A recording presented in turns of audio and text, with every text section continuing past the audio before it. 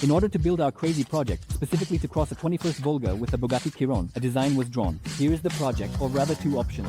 In the end, we settled on the second concept. We bought a wrecked 21 Volga A, and as the platform on which it should run, a Ford Probe was chosen. You can see it on the screen, and by the end of the previous episode it had the front end of a Volga on it. If you haven't seen it, I highly recommend it. And we continue. So we decided to cross a Volga with a Bugatti. We've more or less figured out the front part, but the rear part is more complicated. We decided to cross a Volga and a Bugatti, but we don't have a Bugatti. What a twist. After some thought, we decided to buy a Bugatti. Yes, that very Bugatti, a Chiron, in a 3D model. It cost us only $25, and it looks like this. Using it as a base, we will make the body. More precisely, the part of the body that is necessary for the project. So to speak, a zero-waste production. 3D model, we cut the body into parts, and then the panels are cut into thinner pieces. Each such panel should not exceed a thickness of 10 centimeters. Here, of course, the question arises about the plausibility of such a model, since this is not an official 3D model of Bugatti, but a project by a freelance artist, and we can only rely on his integrity. Of course, before bringing this model to life, we checked it for resemblance to the real car. Specifically, we took the official information on all the dimensions of the real car and verified these measurements on the 3D model, and I must say we were pleasantly surprised. Everything matched the factory specifications, so we can proceed with cutting. So, why did we divide all the parts into panels with a thickness of 10 centimeters? This is all determined by the length of the cutter, the spindle travel, and so on. Based on these technical features, we concluded that it's easier to cut many panels, each 10 centimeters thick, and then glue them together into a single body. Moreover, there is 10 centimeter thick foam board available for sale, which makes things much easier.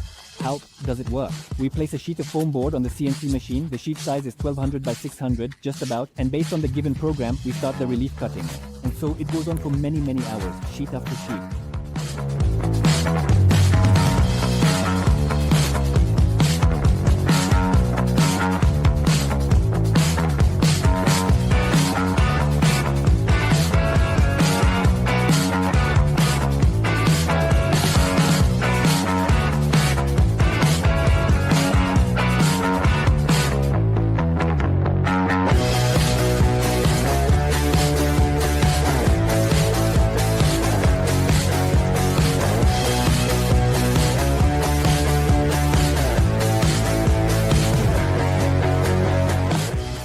Some files were composed in such a way that the spindle would physically hit the workpiece before reaching the deepest level.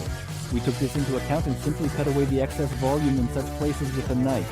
Yes, those who are well versed in this will say that we should have just used a longer bit, like the machinist did. But unfortunately, we don't have such a bit, and we couldn't even order it within the country. We neither had the opportunity nor the desire to spend 2 weeks on delivery, so we work with what we have. It's also worth noting that foam board comes in different densities. For these purposes, it's best to use the densest material possible. In essence, for the bit and the machine there's absolutely no difference, but the blanks end up being significantly better quality with denser foam board, and yes, it's also more pleasant in further processing. The only downside of the dense material is its price. After several days of cutting, milling, and routing, we move on to the next stage. First of all, we free the blanks from the sheet.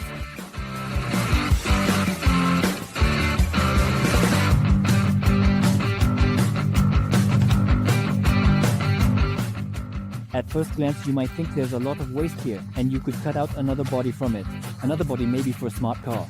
Yes, a smart car body would fit here without any issues, but Bugatti elements definitely wouldn't. Believe me, if we could arrange the parts more economically, we would have, considering the cost of the material lately.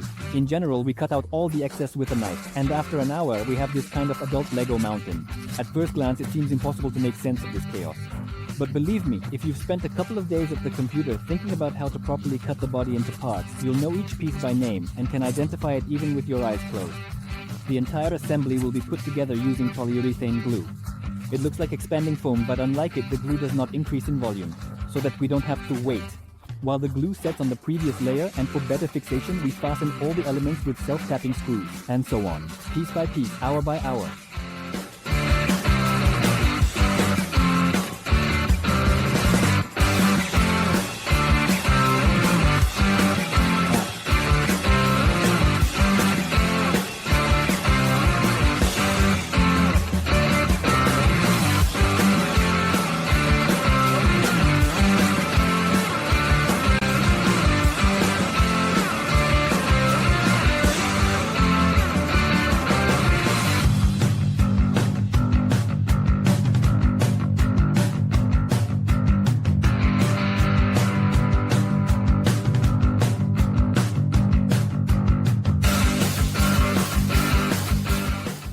After 2 days of work, we have 3 main separate elements, the roof and 2 sides.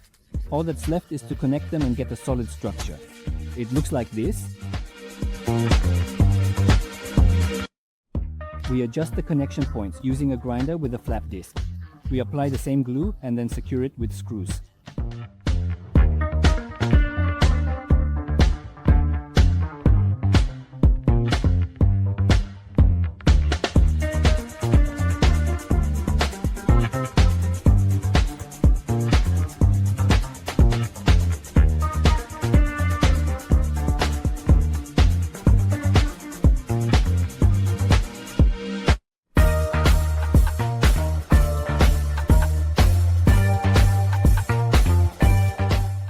The next day, when the glue has dried, we have a solid body. And now the areas that need refinement are clearly visible. We fill such holes with the same glue. We wait for it to dry, trim the excess and move on. Now we can refine the shape, which is what Andre is doing. A flexible plane, various blocks, a couple of days of work and 10 years of experience will allow us to achieve a shape close to perfection, as much as it is possible to do with foam board.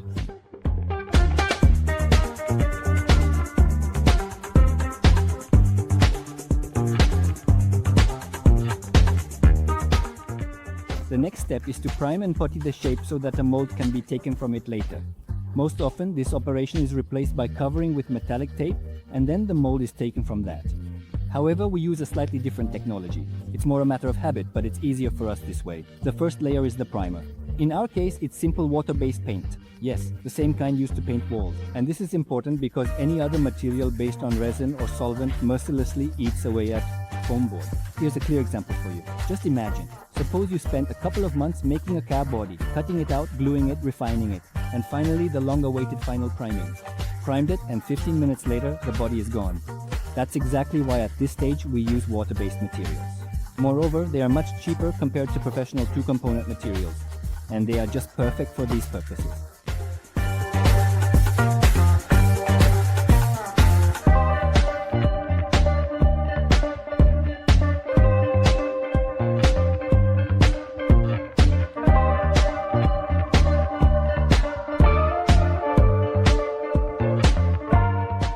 After we applied the first layer, all the areas that need puttying became visible. The putty used is also single component and water-based. Yes, the very same one used for puttying walls.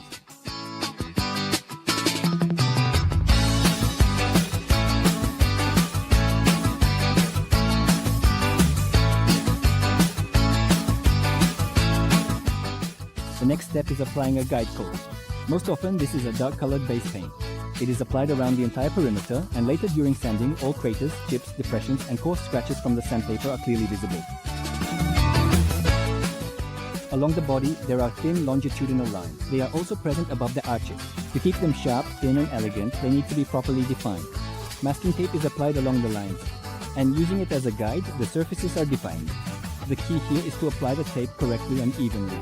Otherwise, you might end up with something different than planned. Then, it's a few days of sanding and a couple of kilograms of dust. When all the surfaces are defined, the foam board reappeared in some places. Therefore, we apply one more final primer layer, and while it dries, we head to the donor. Since we already have a ready body, Bugatti? Yes, even though there's still foam board, but it's there. Based on its dimensions, we understand how much we need to extend the wheel. But for that, we need the wheels themselves. The factory Bugatti comes with size 20 tires. And here our subscriber helped us a lot. We received this donation from Moscow, genuine Italian one. 20-inch wheels from OS. A huge thank you to Alexei. This is truly a significant and timely contribution to the project from the heart. In the end, we lifted the car, put it on stands, removed the old wheels, and here you have it, for comparison as they say, before and after the donation.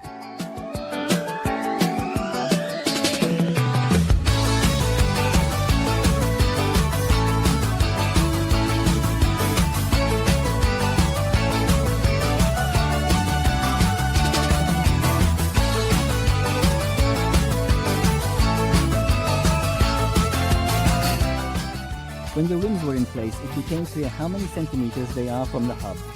And that means we can order spacers. What are they and how do they work? With the help of these discs, which are custom ordered, you can fit any wheels on any car within reasonable limits. spaces are also often used to offset the rim, and in our case it's 2-in-1.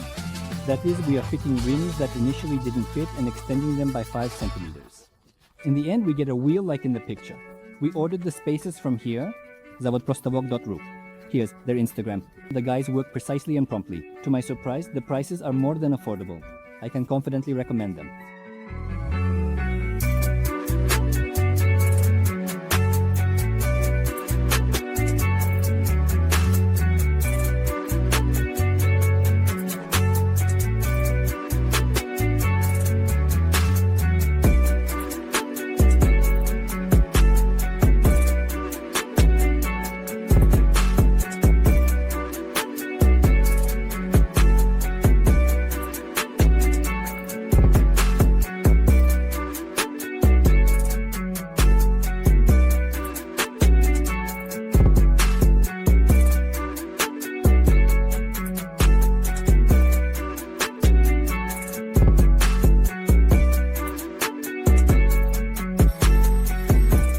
In the previous episode, I asked for suggestions for the name of this project.